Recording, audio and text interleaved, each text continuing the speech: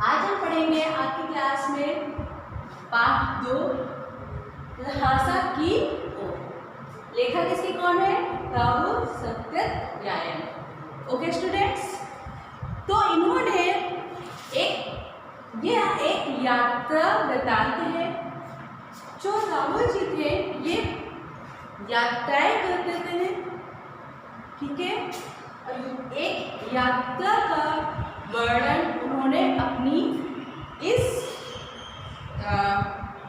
पुस्तक इस पाठ में किया है, ठीक है। यह तिब्बत की राजधानी है लहासा। ओके स्टूडेंट, एक बहुत समय पहले क्या था कि लोगों को तिब्बत जाने की परमिशन नहीं थी, तो उन्होंने क्या किया, एक छद्म वेश यानी भिखमंगे का वेश, क्योंकि भिखमंगा तो कहीं भी जा सकता है ना, तो भिखमंगे का वेश धारण किया और लहासा की ओर वहाँ कठिन दुर्गम रास्ते में निकल गए। वह नेपाल से तिब्बत जाने का मुख्य रास्ता लहासा, ठीक है, का रास्ता जब नहीं खुला था तो नेपाल ही नहीं हिंदुस्तान की भी चीज़ें इसी रास्ते से जाया करती थी, इसके ठीक है, लहासा से। इसलिए जगह जगह फौजी चौकियां और किले बने हुए थे जिनमें कभी चीनी पर्यटक रहा करती थी, पर अब वहाँ चीनी पर्यटक नहीं है और वो किले गिर गए हैं, ठीक है। ऐसा पहले एक चीनी किला था, हम वहाँ चाय पीने के लिए ठहरे। लेखक क्या था, एक किले में चाय पीने के लिए ठहरा। तिब्बत के यात्रियों को बहुत सी तकलीफें भी हैं और कुछ आराम भी है। वहाँ जाति पाति छुआछूत पर्दा प्रथा ये सब नहीं होता है। औरतें हैं जो वहाँ की वो पर्दे नहीं करती हैं। निम्न श्रेणी के, जो बहुत निम्न श्रेणी के भिखमंगे होते हैं, उनसे तो लोगों को डर होता है, उनको घर के अंदर आने की परमिशन नहीं है। बाकी अपरिचित लोग भी घर के अंदर जाके चाय पी सकते हैं, ठीक है। वहाँ की बहू बेटियों को क्या है, चाय की पत्ती वगैरह सब दे के, चीनी, चाय की पत्ती, मक्खन, नमक, क्योंकि वहाँ की चाय अलग तरह से बनती है। यहाँ पे दूध, चीनी, चाय की पत्ती से बनती है, वहाँ की चाय कैसे बनती है, तो वहाँ की चाय नमक, मक्खन और सोडा से बनती है, जो दूध का रंग लाता है, ठीक है। तो बहू बेटी को अपनी झोली में से चाय दे सकते हैं और वह आपके लिए उसे पका के दे देगी। मक्खन और नमक थोड़ा दे दीजिए तो दूध वाली चाय बन जाएगी, ठीक है। दूध वाली चाय के रंग की बना के मिट्टी के टोटीदार बर्तन में, खोटी में उसको रख देंगी, ठीक है, और आपको दे देंगी। यदि बैठक की जगह चूल्हे से दूर है, यानी आपका बैठक जो है जहाँ बैठते हैं वो चूल्हे के यानी किचन के पास नहीं है, तो कोई नहीं, आपको ये नहीं कि आपका कोई मक्खन या कोई ले लेगा, आप जाके किचन में भी अपने सामने अपनी चाय बनवा सकते हैं और उसमें मक्खन और नमक बाद में डाल के पी जाती है। पर्यटक के चीनी किले से जब हम चलने लगे, लेखक जब चलने लगे तो एक आदमी राहदारी मांगने आया। हमने वह दोनों चिट्टे उसे दे दी। शायद उसी दिन थोड़ा के पहले के आखिरी में पहुंच गए। यहाँ भी सुमति के जान पहचान के आदमी थे और भिखमंगे ठहरने के लिए अच्छी जगह मिल गई। यहाँ क्या सुमति जो उसके साथ था, वो उसके सुमति की वजह से उसको रहने के लिए एक अच्छी जगह मिल गई। 5 साल बाद इसी रास्ते से लौटे थे और भिखमंगे नहीं। 5 साल बाद फिर रास्ते से लौटे, पर इस बार वो भिखमंगे का वेश नहीं बना के लौटे थे।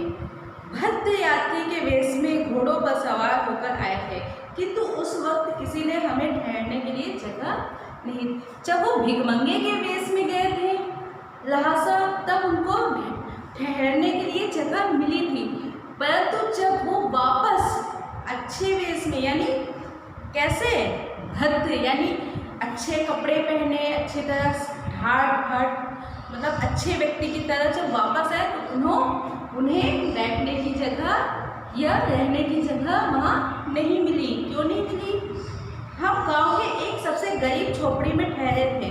बहुत कुछ लोगों की उस वक्त मनोवृत्ति पर भी निर्भर है, खासकर शाम के वक्त झंड पीकर बहुत कम होश हवास में दुरुस्त रखते हैं वहाँ। क्योंकि क्या था, जब वे उस देश में पहुँचे थे तो वो प्रातः का सुबह ही पहुँच गए थे, तो उनको रहने की जगह मिल गई थी।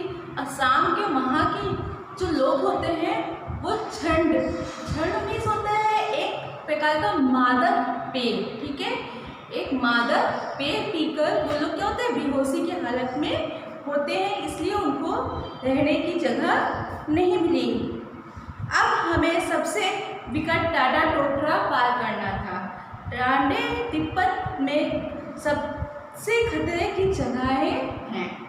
16-17 हज़ार फीट की ऊंचाई होने के कारण उसमें दोनों तरफ मीलों तक कोई गिराव नहीं है, यानी 16-17 फीट की ऊंचाई होने के कारण, बहुत ऊंचा होने के कारण वहाँ पे कोई भी गांव या बस्ती नहीं है।